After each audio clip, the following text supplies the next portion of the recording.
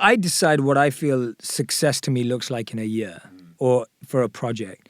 So for me in 2018, success to me was really dialing in on the content I was creating online. Success to me in 2019 was launching my podcast. Success in 2020 is launching my book. So that's what I'm focused on. So I'm very clear, first of all, about what I really care about. On top of that, I'm now looking at other opportunities coming in. I'm saying, is it serving this bigger goal? If it's serving this bigger goal, then I can take it right now because it's direct, right? It's a direct thing that's going to have an impact right now on the goal that I have. If I'm seeing, I'm rarely holding out for a hopeful long-term win. If there's a strategic long-term win, then I can wait. That's Jay Shetty, author of the #1 New York Times bestseller, Think Like a Monk. I'm your host, Patrick McGinnis, and this is FOMO Sapiens. When the world's spinning out of control, it can be impossible to know what to do and what to miss out on. That's called FOMO, which is short for fear of missing out. How do I know? Because I coined the term, and I'm the world's first FOMologist. And this is the show where I ask entrepreneurial thinkers, people I call FOMO Sapiens, how they live and work with conviction no matter what life throws at them. FOMO. FOMO. Welcome to a new season, Season 5 of FOMO Sapiens, and I am so excited to be here with you, and we're starting the season out with a bang with our guest, Jay Shetty, author of Think Like a Monk, podcaster, video producer. I mean, this guy is everywhere. He's huge, and he's with us today. We're also starting this season with a fresh new look, a new logo, a new website at FOMOSapiens.com. So I'm really excited that we are turning over a leaf, trying new things, coming out with a fresh look, and all the stuff you loved from before with just a little bit more extra on top of it. Now, let me tell you about today's guest, Jay Shetty. Jay's life story is incredible. He grew up in a typical household in London, but after a chance meeting with a monk, he made a radical change, and at the age of 22, he went out to live as a monk across India and Europe, trading his suits for robes, waking up at 4 a.m., taking cold showers, and meditating for as much as 8 hours a day to train his mind. Then he applied the wisdom he had gained living as a monk in a very unexpected way. He started creating videos about how the mindset of a monk can be applied in the business world and in daily life. Fast forward a few years, and Jay's videos have garnered billions of views. He also has a hit podcast on purpose and over 7 million followers on Instagram. I mean, the guy is followed by Jennifer Aniston, if you can believe that. Basically, he is one of the most viewed people on the internet internationally. But the best part is, he's also a really great guy. He's very down to earth. I spent time with him. He's completely approachable, and he's the real deal. So I just really enjoyed meeting him, and I think he has really valuable insights to share, as you will see in our discussion. Then stick around for the FOMO moment of the show, where I'm going to tell you what I've been up to since last season and talk more about what to expect in this season of FOMO Sapiens. There's a lot of great things happening, and I cannot wait to share them with you. And now, on to the interview. Despite his huge reach, I actually had to admit to Jay when we chatted that I hadn't heard of him before his team reached out about coming on the show. They sent me his book, and when I read it, it was all new to me, and I was completely blown away. I love the book, and I especially love the title, Think Like a Monk. So I started our conversation by asking Jay why he decided to go with that title. So the reason why the book is called Think Like a Monk is because I believe we're living at a time that's full of uncertainty, full of chaos, full of pressure, stress, full of a lack of direction and meaning. And I believe that anyone who's listening and watching, and people have really got to a place right now where they've started to realize that the answer to all of that is not going to come from outside of them. That's not suddenly going to be solved by a person, a place, a leader, a inventor, a creator. No one's going to just suddenly make that all disappear. And I think we started to understand that it has to come from us. And when I lived as a monk and then went and studied the brains of monks, and when I say studied, I mean read incredible studies and had incredible researchers. No, you were doing a trained me, dissection not that at I your was home. not that I cut up any monks' brains. I found that monks have the happiest, calmest, and most focused brains on the planet. And I thought to myself, in this crazy world that we're living in, why wouldn't any of us want to be calmer, happier, and more focused? And I think all of us would want to, and hence the book title, Think Like a Monk. It was, how can we all, without living like monks, learn to think like monks so that we can actually find calm in the chaos, where we can find stillness in this world that we live in, and actually find a space where we feel we deeply understand who we are. And that's really what monks do. So I thought, why not help everyone think like a monk? And you grew up in North London. Yes. You were, normal upbringing, sort of the typical person. And one day, and you talk about this in the book and in a lot of your work, you're going to go to a club later in the night, and a friend asks you to go to see a monk speak. And so you're like, okay, fine. I'll go with you to see the monk if you come with me to the club, which is awesome. That was the deal. That would have been the way I would have done it as well. And you went into that room, and in the book you say you fell in love, and not like a romantic love, of course, a different type of love. And that became sort of this lodestar for you. You began this journey where you actually moved to India and lived as a monk for 3 years, and it was a major crossroads in your life. So tell us a little bit about that moment where you had this crucible discovery that you wanted to do something that was completely outside of anything that probably, you had thought about doing before. Yeah, absolutely. It's one of those moments in life where you think about like sliding doors, right? It's almost like if that moment didn't happen, where would I be? Or if you could go back to that moment and let's say I skipped seeing the monk and I went to the bar only, where would my life be today? And I always think about that moment as being one of those. And I'm sure anyone who's listening or watching right now, there's probably a moment in your life where you feel like, if I didn't meet this person or if I didn't go to this place, then what if? So for me, meeting that monk was a surprise in my life because I wasn't looking for spirituality. I wasn't looking for philosophy. I wasn't looking for a path. I was actually pretty happy in life. I'd say that I had a lot going for me and I was pretty confident at that time and things were okay. Like there was nothing that I could say I was like missing. And that's what the amazing thing was, that even though I didn't find I was missing anything, meeting him made me realize that there was more than what I was looking for.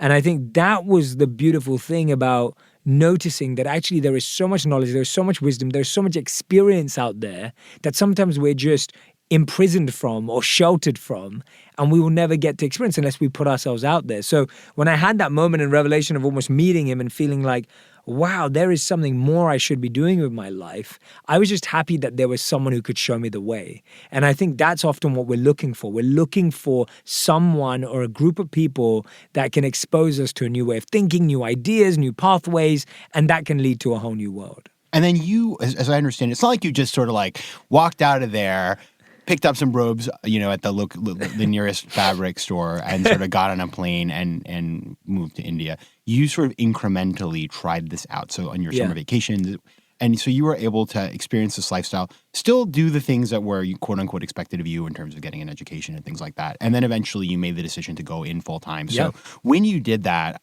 I can imagine, your family, your parents, your friends probably were concerned. Yes.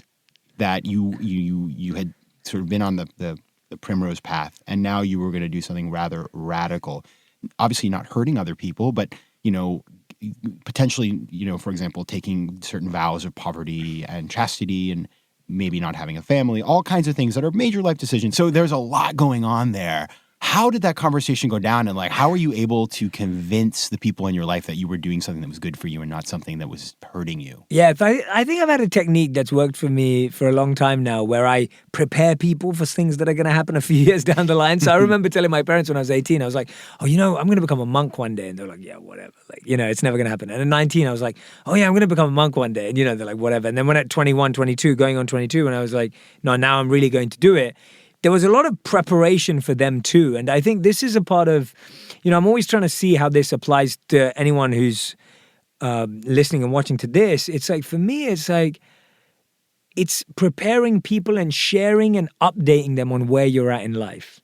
And I find that a very useful thing to do in general with anyone and everyone today. If I'm having a new realization or I'm making a move, I always inform a few people that are close to me that care about me, because I don't want them to have this radical moment where they're like, Jay, you've changed so much. But even having given all those updates, my extended family was like, you're never going to get a job again. How are you ever going to make money? Who's ever going to date you, or will you ever date again? You're not going to have kids. Who's going to take care of your family? Who's going to take care of your parents? All of that pressure.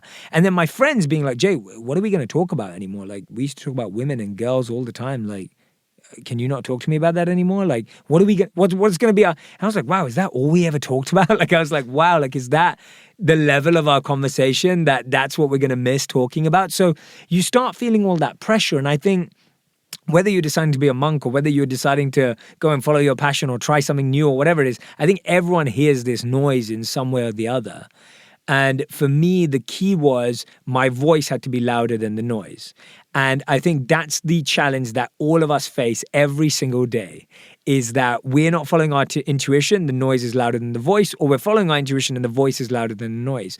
Thankfully, based on all the summer vacations I'd taken to live as a monk, I developed the ability to hear my voice and my values and what was calling me in that direction. So if I'm completely honest, at the time, I didn't really feel any pressure because I was so convinced that I was doing the right thing. And I think that confidence and that conviction came from the fact that I'd actually experienced what I was about to get into. So like you said, it wasn't just like, oh, I'm done with the material world and here we go into the spiritual robes. It was, oh, wow, I've experimented with both these lives of business and of monkhood for 3 years. And now I've made this very coherent, intentional decision that I'm happier doing this life. And it's about trust too. I think about, whether it's in a family situation or whether you're working for a company and your company one day comes in and they say, yes, what, we've decided we're closing down the office and we're doing this and that and the other. And it's sort of like, you know what, if you trusted me and you valued this relationship and you valued my contribution, you would respect me enough to prepare me and you would know that I'm an adult and that I can handle this. And maybe it's not the greatest thing that ever happened. Maybe I don't like what you've told me, but give me the benefit of the doubt that I can handle this. That's a great way to put it. I'm really glad you brought that up. That's an awesome way to put it, because I think you're so spot on that it is that feeling of like, that person's an adult, they can handle it. And the trust element that you just brought about, I think I love that. I'm so glad you brought that up. Yeah, and I also think, by the way, people know. I mean, people always know. People have, intuition is a very powerful, especially, not everybody is in touch with their intuition, but a lot of people are. And so they probably even know it's coming at them the minute you say it. Yeah, people know it, but when you make something official, it hurts more. And that's what I've realized, that my family knew I was going off to live like a monk every summer. But when I decided, I was like, now I'm becoming one. It was like, no, like, it's almost like the end of the world moment. I'm like, wait a minute, you knew I was into this stuff for the last 3 years. So I almost feel like when you make something official, people's noise is going to go through the roof. Yeah. And that's why it's so important to either not announce something when it's official until you're ready, or expect that the noise is going to get so loud that you better be ready for it. So I noticed this a lot in a lot of friends that have a similar experience when they quit their day job and they start pursuing their passion or they start pursuing what they love. And what they do is that they go on Instagram or Facebook and they announce that they've just quit their safe job. Now, half of the responses are, oh, I'm so happy for you, this is awesome. But half the responses are like, you idiot, you realize you've just given up like a safe salary, a safe job, whatever it is. And now they're almost doubting their situation, because they're like, oh, maybe I made the wrong decision. So I think if you're about to make a big decision in your life, don't announce it. Keep it private, deal with it, speak to the people that matter. And the second thing is, if you are going to tell people about it, expect the noise. So don't be surprised when it comes. Like, don't be shocked when you now start doubting your decision because so many people are coming at you. So you did this for several years. You lived as a monk, 100%. And then you reached a point where your teacher said, listen, I think your gift is to go out into the world and share what you've learned here, which was a difficult time to leave because you were, very, I would say, content in that lifestyle. And then you did that and you went back to London and you started sharing what you learned. Eventually you started out with making videos online, and now it's turned into, I would say, a media empire.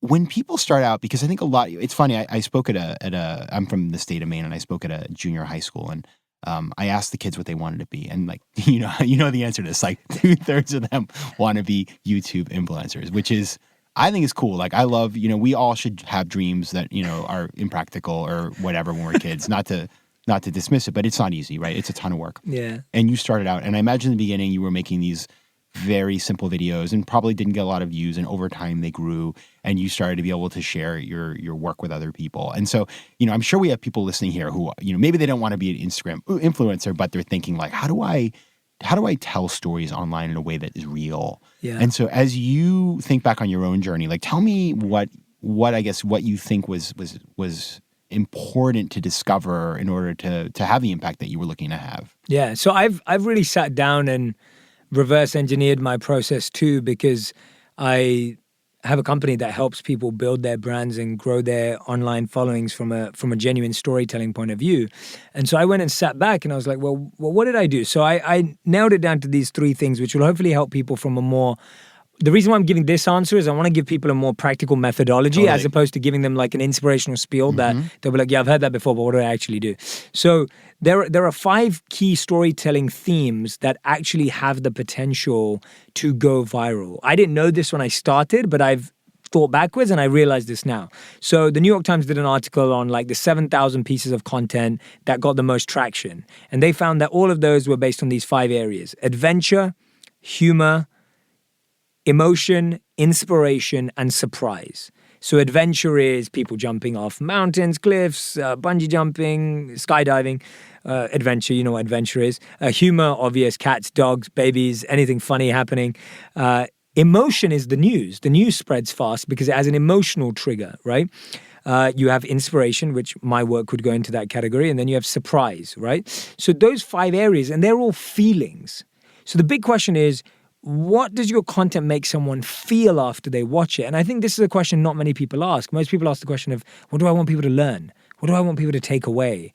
Or, hopefully people like this, right? But it's like, what do I want people to feel? And so it has to be one of those 5 things if you really want it to have an impact in storytelling. The second principle is, what's my role? And this is a really, really important one. Today, I think we live in a world where everyone believes that they have to be the face, the star of the show. They have to be the front and center. The funny thing is, there's a lot of people who are very successful, sometimes even more successful than the star of the show, that are behind the scenes. You know, Steven Spielberg's never starred in his own movie, right? He's not trying to trade roles with Leonardo DiCaprio. He's very happy being the director. So the second thing is, what is your role? Like, are you really the star of the show? Are you really the talent? Or are you the director, the producer, the editor, the writer, the host? Like, which role do you play? And I think that that is such a deep self-awareness point that you have to ask. And, you know, and Think Like a Monk, I'm constantly pushing self-awareness and being honest with yourself. And it takes a lot of honesty to say, you know what, actually, I'm a better writer than I am a better speaker. Let me go and do that. Right? That takes some honesty.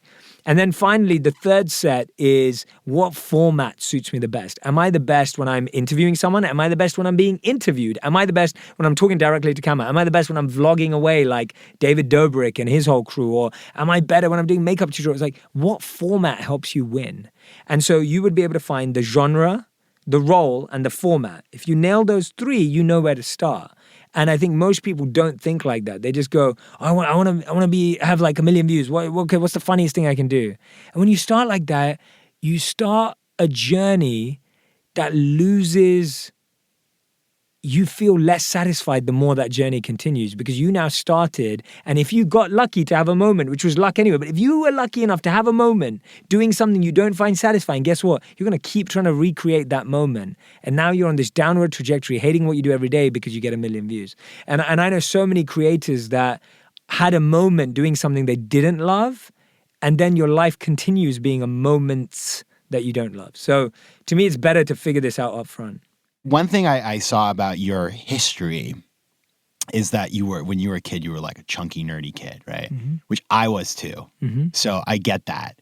And so I've always felt like one of the things that's kind of a superpower is that like, I don't really care, because I got picked on so much as a kid that sort of like I built up the armor.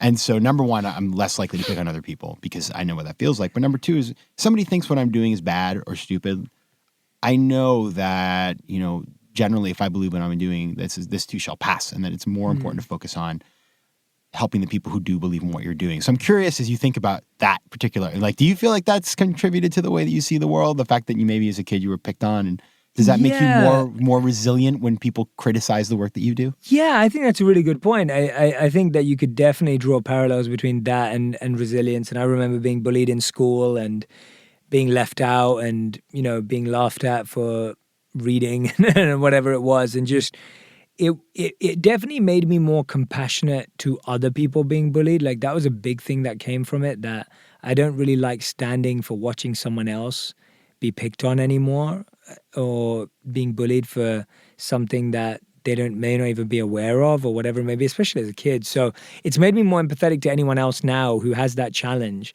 And I think having made so many mistakes and failures in my life has also made me more empathetic to people who make the same mistakes. So I rarely look at someone who makes the same mistakes that I did and judge them, because I'm like, wait a minute, that was me. Like that's exactly the same mistake I made 2-3 years ago or 5 years ago. And so let's stop. Like I can't remember who it was. I believe it's a 50 Cent lyric, but he said you shouldn't throw stones if you live in a glass house. And then he goes on to rhyme it with something else.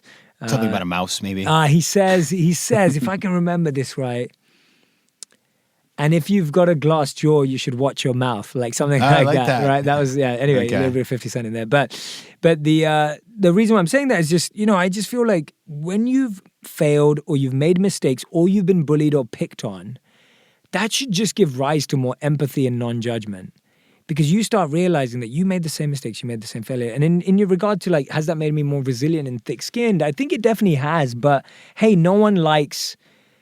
It's hard being picked on by people you don't know and people they don't know you. And I think that's the hardest thing. It's like, because what you want to do is sit that person down and say, hey, just talk to me like a person. Like, let's just connect, like get to know me and understand why I made this mistake or why I got that wrong or why I didn't think about this. Like, let's just talk. Like we're meeting right now today. And it's like, if we were to talk it out, we'd learn so much more about each other. I think that's what creators struggle with. That there are people picking on you or your work or what you think or anything about you, whatever it may be, that don't know you. And for me, I think the biggest answer came from a conversation I had with Simon Sinek. So I interviewed him about 4 years ago. I don't know if you know who Simon is. Of course, start with why.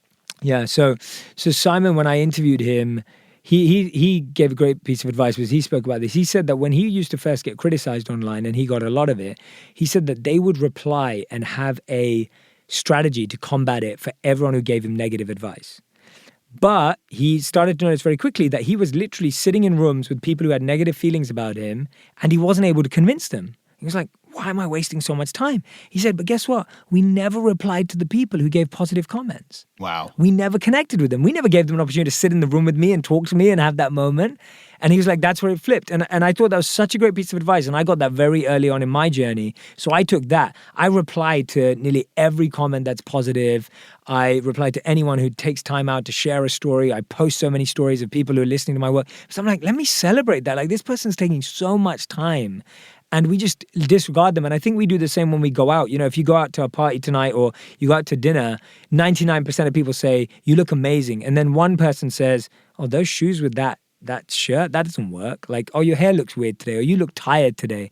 And you go home thinking about that one person who didn't like you or didn't like what you were wearing or how you seemed. And we do that. Our mind plays a trick on us. And in Think Like a Monk, I talk about how the mind amplifies and magnifies the negative and completely breezes over the positive. And we do it all the time in every form of our life. If you see positive comments on a video, you will literally zoom past them and look for the negative one. Yeah, we literally do that. And it's like the worst habit in the world. But when have you ever stopped? And I posted this a few weeks ago, and I was talking about how, when you fail, you cry for 7 days.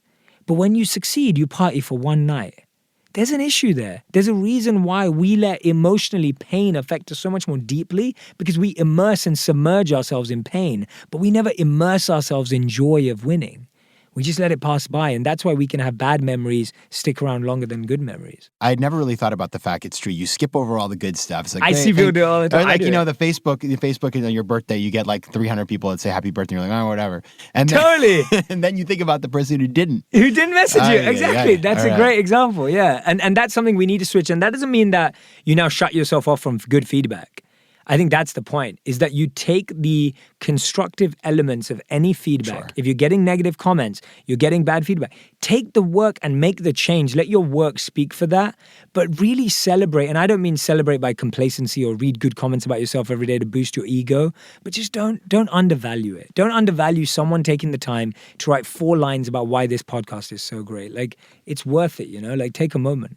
So I want to shift gears now and talk about your book because a lot of the elements of our discussion so far have been teasing at that. So let's jump right into it. So your book, Think Like a Monk, draws on the wisdom of the Bhagavad Gita, which was written between 800 and 400 BCE, before the Common Era. And it's these sacred Indian texts. And then, so you studied these, obviously, when you were training as a monk, and then brought these back to your life in the UK. And in the book, you show us a pathway to apply this wisdom to the modern age. So I want to focus on a couple of things. There was a lot in this book, but there were particular things that I loved. And so I want to get into those specific elements today. So let's start. And I never heard of this either. I guess maybe this is common saying, but the monkey mind. I hadn't heard of that concept. So you talk about two types of mind, the monkey mind and the monk mind. Yeah. And you describe and you list out the characteristics. And the monkey mind, when I saw that, I was like, well, that's the person who feels the fear of missing out and the fear of a better option. 100%. FOMO and FOBO. Spot on. For all of us here who maybe haven't quite understood what those are, what is the monk mind, what is the monkey mind, and what is the difference between the two of them? Absolutely. Yeah, great question. So the monkey mind is both a term from sacred texts and what modern psychologists have defined to talk about the part of our mind that is always distracted, that is unfocused, the parts of our mind that is always complaining, comparing, and criticizing, the part of our mind that is totally trying to chase everything that it sees, the part of our mind that is that feels the anger, that feels the resentment, that holds on to the pain that someone has caused us. Like, that's the monkey mind. And I think the monkey mind is what we experience all of the time. It's what causes us any sort of pain. And you can visualize a monkey jumping from branch to branch to branch, just trying to find a banana, like not really being satisfied where it is, constantly being scattergun. Like, if you've ever viewed a monkey, monkeys are pretty chaotic creatures in an external sense. And the monk mind is the antidote to the monk mind. So where the monkey mind is comparing, complaining, and criticizing, the monk mind is calm, collective, and conscious. Where the monkey mind is jumping from branch to branch, the monk mind is focused and effective. Where the monkey mind is completely uncontrolled and regretful, the monk mind is intentional and specific about what it wants to do. So the monk mind is the mind that we want to move towards. And in the book, I'm trying to build that pathway for people. And so I describe it as being let go, grow, and give. And this, to me, are really the tenets of any transformation in life. If you want to do anything, if you're moving house, you have to let go of a bunch of stuff. You have to grow in a different way, and you have to finally give and serve people through that. If you're trying to change your body or your mind, there are going to be things that you need to leave behind. There are going to be new ideas that you have to adopt. And finally, you want to be able to give them away and serve people, because that's kind of like the final moment of recognizing that what you did really worked. So that's kind of like the full picture of the monkey mind and the monk mind. And I'm sure people are coming to you all the time offering you things. It's like, Jay, why don't you go on a speaking tour? Jay, what have you ever thought about doing a television show? Jay, why don't you do this and that? I'm sure it happens, right? Yes. Which could lead you into the monkey mind, into the world of FOMO. And yet, this is what you do for a living, so you have the tools. So when those things happen to you, how do you personally deal with this? Yeah, absolutely. So there's a study that I talk about in Think Like a Monk where it shows that, studies show that only 2% of the world's population can multitask. And when people hear that, they think they're in that 2%. I just did. Yeah, exactly. You're like, I'm living, yeah. And the answer is that most of us are in that 98%. And even multitasking is not real, because what you're doing, as scientists say, is that you're just you're literally moving from task to task at quicker intervals. Uh-huh. So you're still never actually multitasking. Like, it's not actually possible. You are just switching quicker between things. And so what I try and do, and this has been a practice that I've really developed, and not everyone can develop it in the same way if you're not in charge of your schedule, but I would say the closer you can get to it, the better. So immersive, deep, focused experiences are far more powerful for the mind. So if you're doing a podcast, just do a podcast. Imagine we were doing a podcast and I was trying to write my book right now, or I'm trying to sign 30 copies of my book right now. I know I'm not going to do either well. And what I've tried to do is I've tried to create a schedule where, for example, this week I've been in New York City and all I'm doing is going on podcasts. Mm-hmm. Now that's 75% of my day. I also have businesses that I manage. I also have teams that I manage. So 25% of my day is spent being a multitasker. But 75% of my day is dedicated to what I'm actually trying to do right now, which is talk about these amazing themes that I've had so much time to study and write about. And so as much as you can, block create. So the mind can't be logical and creative at the same time. So the amount of people trying to walk from a creative marketing meeting to a business logics budgeting meeting, you're literally stressing yourself out and causing more burnout and more friction in your mind. The best way to solve that is have marketing days and budgeting days, or marketing mornings and budgeting afternoons. The more you can break down all of that into simplicity for your mind, the more effective and productive you're going to be. So I've spent the last month recording podcasts for my podcast for the last 30 days. So all I was doing was banking content, creating content in bulk so that now for the next 3 months, I don't have to create that content. And then I can really focus on what I'm doing right now, which is being present with you. So I never wanted to live in the pressure of creating what I call pressure content, right? Creating content where you're making it out of like, oh my God, I need to be creative today. Like as soon as I walk out of this interview with Patrick, I've got to somehow come up with the viral video idea. It's just not going to work. And so it's the same as why we break down leg day. We break down arm day. Mm-hmm. Like at the gym, you don't go to the gym and do everything every day. You have specific focuses. So at least make 75% of your day or 75% of your week about the thing you want to win at. And I get it, 25% of your day is going to be other stuff. So I imagine, I'm also putting myself in your shoes a lot today. But I imagine that you have, again, choice-rich environment, lots of things being offered. And so it's like, well, I could commit to do this thing, but, God forbid I have a better opportunity come along. Because right now, I'm in the process of doing things and new people are finding out about me. I might have something better come along. How do you feel the conviction to commit to certain opportunities and not wait for something better to come along down the line? How do you decide? Yeah, it's a great question. I think the way I've always done it is I set out I decide what I feel success to me looks like in a year or for a project.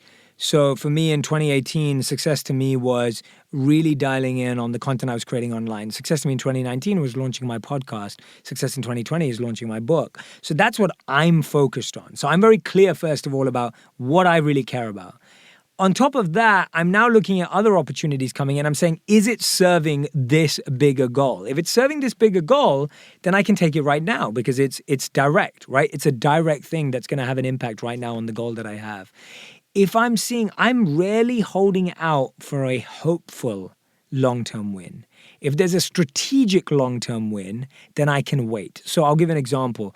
I had an opportunity. The first time I got an offer for a book deal was after my first viral video. So I had a video that went viral. We did about, I think it was 1 million views in a day and 24 million views in a week or something like that. And the next day I got a call from a publisher. They wanted to meet me. We went out to lunch and they said, Jay, you need to write a book. Now, I was like, okay, and it's funny because I had this same title in my mind, but I didn't really know what would fully go into it. And I was like, I think I need to build a following and build a community and understand my community and think about there was just so much going on. It was the first time a video had ever gone viral. And so I was like, okay, I'm going to wait because I think I'm going to have a better opportunity to do this. And the question is, the better opportunity is not, am I going to have a better opportunity from the external? Am I going to be better for the opportunity? And that's how I come back to it. It's like, can I be better for this opportunity that I'm getting? If I can be better, then I'll wait. If I can't be better, I better take this right now because I'm not going to get it again. And so for me, that's how I go about it is, am I going to be in a better position to do more justice to this opportunity that I'm receiving? Or am I in my best position to do justice to this opportunity right now? So I'll give an example of, I was asked recently to be in a fun trailer for the Bad Boys movie. And it came as a call from Sony Pictures and they were like, we'd love for you to do this trailer and we want you to play a life coach and we want you to give a couples therapy coaching session to Will Smith and Martin Lawrence. I was like, I'm like, that is so cool. I grew up as a huge fan. I can't wait. That's great. I'm geeking out on the phone. And I was just like, I can either be like, oh no, there's probably going to be a better opportunity than this, or I'm going to take this right now. And so I said yes to the opportunity. I went to acting class for 4 days in a row just to do this trailer because I wanted to be prepared. And for me, it was like, that was the best time to take that opportunity. So there's always an opportunity for there to be a better opportunity. Always. You can never mathematically calculate the odds of that. It's always going to be there. But ask yourself, is this opportunity matching my current skill set? If it is, take it. If you know that your skill set's going to grow and you're going to grow and you can attract a better opportunity, invest in your skill set, not in hope.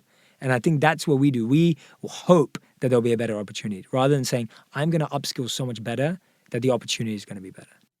And that's the end of part 1 of my interview with Jay Shetty. We'll be back next week with part 2, where we'll be talking more about how to think like a monk and how you can actually put some of these things into practice. In the meantime, check out Jay's book, Think Like a Monk, and find him on Instagram at Jay Shetty. And by the way, he and I will be doing an Instagram Live, so look at his Instagram in mind, Patrick J. McGinnis, to see when that's going to happen. I'll see you there, hopefully. And if not, we'll see you next week on the pod. FOMO. And now it's time for the FOMO moment of the show. And today, I just want to catch up a bit since it's been a minute since we last spoke. And like many of you, I spent quarantine in one place. For me, that was New York City in my apartment.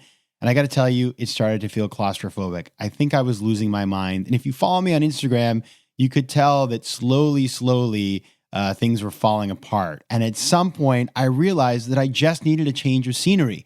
You think about Jay Shetty becoming a monk at 22. I was afraid to move apartments. And I realized that if I moved apartments, I should make some changes and embrace some new things in my life. So I moved to a new apartment and a new neighborhood, Tribeca. And I have to tell you, the change has done me good. I'm feeling great. And one of the things that I think we can all learn right now is if you're going to make some changes in your life, this is a great time to try something new and let go of the old, whether that means moving, starting a new project, or simply mixing up things and trying to live a healthier, better life. Now, as part of the big move, I do have a few new toys that I'm enjoying. Not spending money on anything anymore because I don't go anywhere. So I decided to invest a little bit more in home. And here's what I got for you. First, I built a podcast studio right in the apartment because, let's face it, I have no idea when I'll next have a chance to record in an actual studio. So better to just do it at home. You can actually find some pictures of the new studio on Instagram at Patrick J. McGinnis or at FOMO Sapiens. Next, I got a Peloton, which I am relying on to keep me healthy and sane as we get into the winter months. Now, many of you have Pelotons at home, I imagine. So if you've got one, let's ride together. You can find me, my name is FOMO Sapiens, or you can look up the hashtag FOMO Sapiens. Now that I'm all set up at home, in this apartment with this studio, I'm going to be recording a lot of great new episodes. So please, if you have ideas for guests or suggestions about what you'd like to hear on the show, drop me a line at letsconnect@patrickmcginnis.com or find me on Twitter or Instagram. Twitter is at PJ McGinnis. Instagram is at Patrick J. McGinnis. I love hearing from FOMO Sapiens. Lots of you reach out with great ideas. So if you got an idea, send it to me. And for those of you who reached out in the past, keep them coming. FOMO. Big news. We now have a brand new website. So head over to FOMOSapiens.com where you can listen to past episodes, learn more about the show, and find out how to advertise. Also, head over to Spotify where you can find and follow playlists of the best of the show. You can also connect with me on Instagram at Patrick J. McGinnis, on Twitter at PJ McGinnis, and on LinkedIn. I'd love to hear from you, so don't be shy. FOMO Sapiens is recorded in New York City. Theme music is by Mike McGinnis and editing and post-production is by Josh Elstro. If you like today's show, please be sure to rate it and recommend it to your friends. And as always, you can find me at FOMOSapiens.com and at PatrickMcGinnis.com. To advertise on FOMO Sapiens, reach out to contact@FOMOSapiens.com. FOMO.